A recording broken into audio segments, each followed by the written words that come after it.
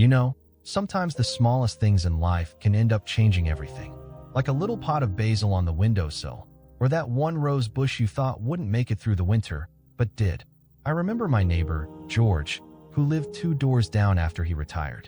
His kids were grown, his wife had passed, and he didn't say much anymore. One spring, though, I noticed him outside with a packet of sunflower seeds. Said he just wanted to see if something would grow. By July, his yard was buzzing with bees, butterflies, and laughter. Turns out, it wasn't just the flowers coming back to life, it was George, too. See, we don't always think of gardening as anything more than a hobby. Something to pass the time, maybe. But what if I told you that getting your hands dirty in the soil could do more for your heart, your mind, even your spirit than you ever imagined? This isn't just about plants. It's about purpose. It's about finding quiet joy, feeling needed again, and reconnecting with the world in the most natural way there is. In this video, we're going to dig into the little-known, often surprising ways that gardening can uplift your health, sharpen your thinking, and even heal some emotional wounds we don't talk about enough. Whether you've got a full backyard or just a tiny patio, there's something in this for you. If that speaks to you, take a second to like this video, subscribe to our channel Vibrant Elders, and let me know in the comments if you've ever tried gardening before, or if you're just thinking about it now. Alright, let's step outside together and see what's really growing in that soil. Let me ask you something, and be honest with yourself. Have you ever had a day where it just felt like the hours dragged on? Maybe you sat in your recliner with the TV murmuring in the background, flipping channels, not really watching anything. The house was quiet, too quiet. You looked out the window and thought, is this it now? That feeling, that weight, it's not just boredom. It's what happens when we lose the little things that used to anchor us.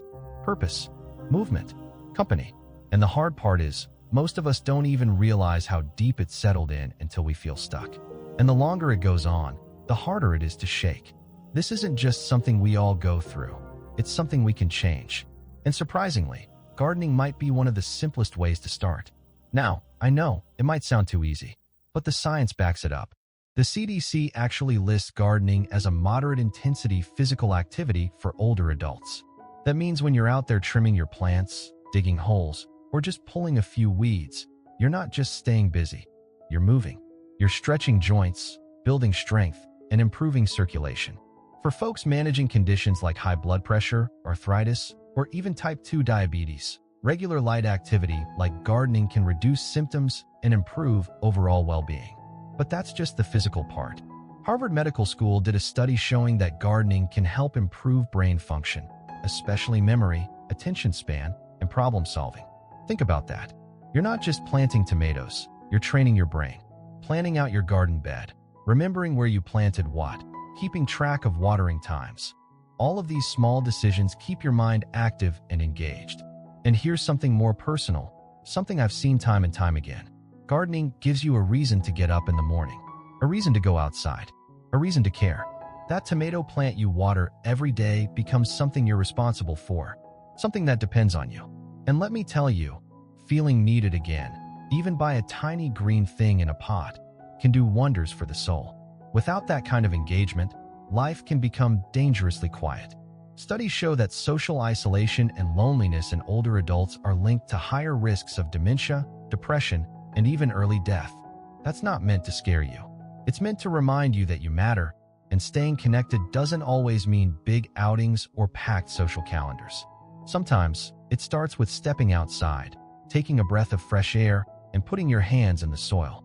And here's something beautiful. When you start a garden, even a little one, people notice. Neighbors peek over the fence to compliment your flowers. Kids wander over to see what's growing.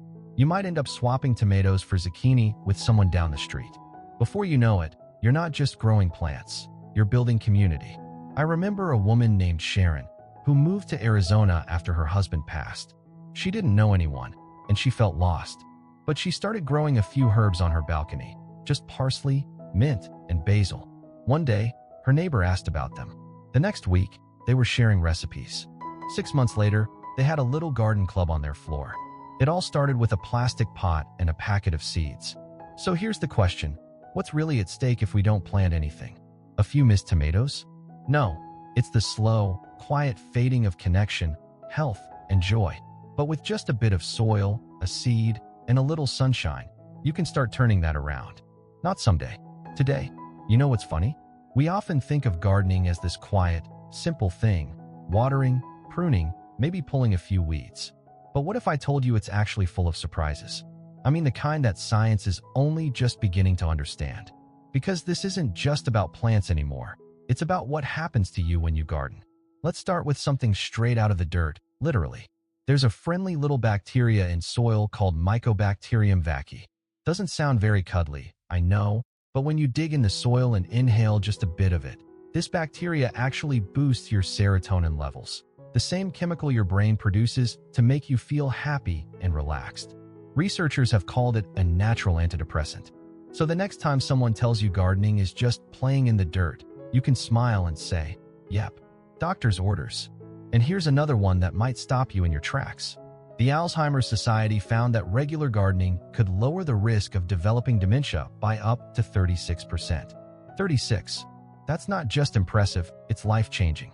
Because every moment you spend planning your layout, remembering where you planted those peppers, or even just navigating the garden path, you're keeping your brain agile and alert. It's like a crossword puzzle, but one that smells like lavender and ends with salad. But wait, there's more.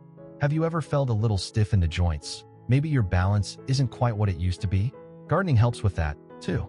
The physical movements, bending, stretching, reaching, are gentle but effective. Think of it as nature's version of physical therapy. And because you're focused on your plants, you don't even notice you're exercising. It's sneaky like that. There's also something deeply social about gardening, even if you're doing it alone. Think about it. Have you ever shared tomatoes with your neighbor? Or brought a bundle of herbs to church on Sunday? Maybe your grandkids helped you pull up carrots, giggling at how funny they looked. Gardens spark conversation. They invite stories. They create little moments of connection that stick. Take Roy, for example, a retired mail carrier in Ohio. He never considered himself the gardening type.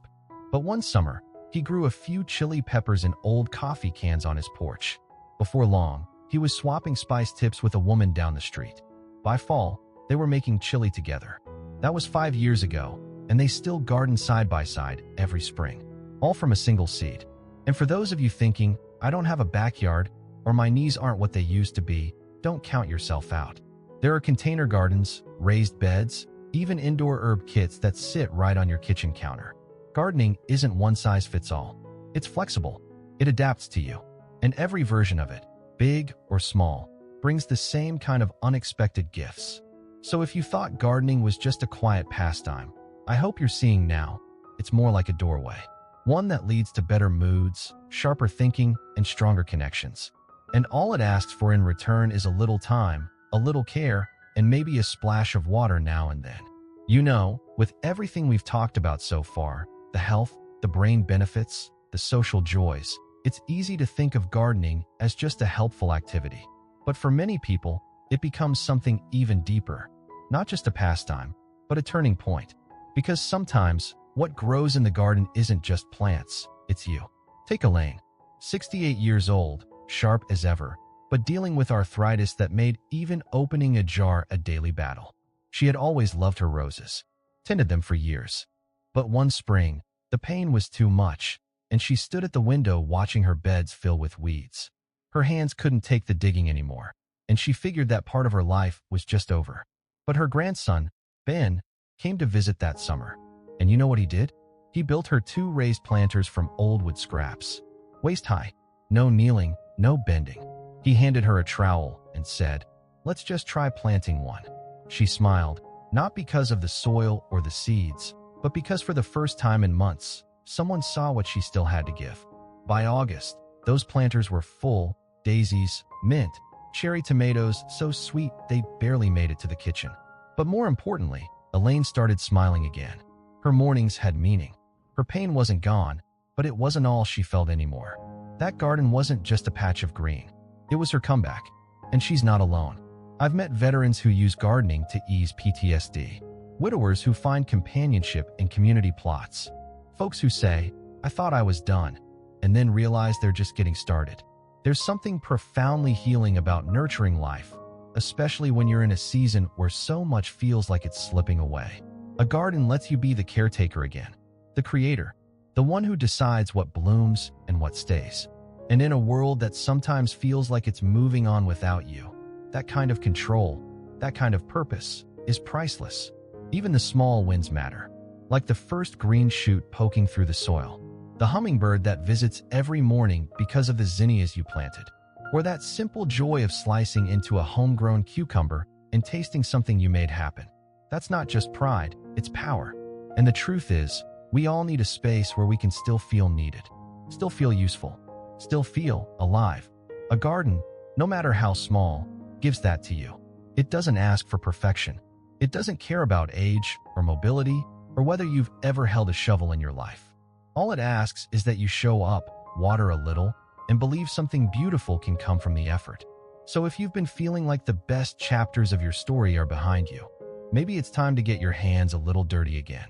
Because the garden doesn't just grow flowers or vegetables. It grows courage. It grows second chances. And maybe, just maybe, it grows you. So here we are, after all this talk of tomatoes and tulips, of raised beds and quiet mornings, and I hope one thing has become clear. This isn't really about gardening. It's about what it brings back to your life. The rhythm, the joy, the connection, the spark. You might be thinking, it sounds wonderful, but I don't even know where to start. And that's okay. You don't need a big yard, fancy tools, or a green thumb. Maybe it's just one pot of basil by your kitchen window. Maybe it's a flower box outside your door, or a couple of seed packets you try out with your grandkids next weekend. The scale doesn't matter. The act does. Because every time you plant something, you're saying, I believe in tomorrow. You're saying, there's still more life to grow. And that's a powerful thing to claim at any age, especially now. So here's my gentle nudge to you. Give it a try. Even if your knees aren't what they used to be. Even if the last thing you grew was a chia pet in 1983. You're not too old. You're not too late. And you're absolutely not alone. If this video lit a little spark in you today, I'd be so grateful if you clicked that like button, subscribed to Vibrant Elders, and left a comment down below. Maybe share what you'd like to grow, or what gardening has meant to you in the past. I read every one, and your stories matter. Remember, life doesn't stop blooming just because we've hit a certain age. The roots run deep. The sun still shines. And your garden, your story, is still growing. Go ahead, plant something. You've still got so much beauty left to grow.